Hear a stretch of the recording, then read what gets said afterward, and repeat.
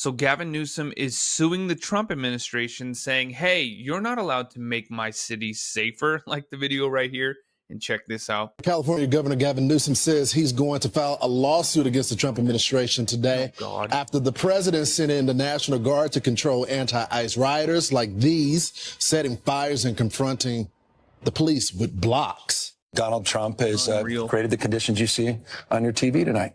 He's exacerbated the conditions. He's, lit the proverbial match. He's putting fuel on this fire ever since he announced he was taking over the National Guard. An illegal act, an immoral act, an unconstitutional act, and we're going to test that theory with a lawsuit tomorrow. Jonathan, Professor, thanks so much for joining the program. So I want you to give me the legal response to Gavin Newsom saying he's going to file this lawsuit. The federal agents requested help. They didn't get help, so the president sent in the National Guard.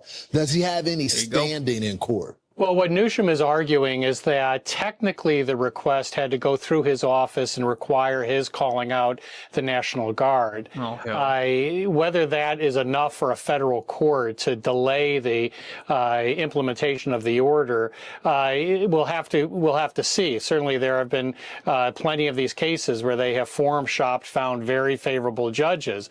But in the end, the president has the authority to call out the National Guard, and it will happen. In fact, what Newsom is doing is going to escalate it further. You know, the president is operating under Title 10, which allows him to call out the National Guard to enforce federal law. That's what they did during the desegregation period when local authorities refused to comply with federal law. Does that sound familiar? That's right. And the administration is saying, we're going to do the same thing. It can escalate with a thing called the Insurrection Act, where the president can actually use National Guard where there's an insurrection. I don't think we are really looking at that. I hope we're not.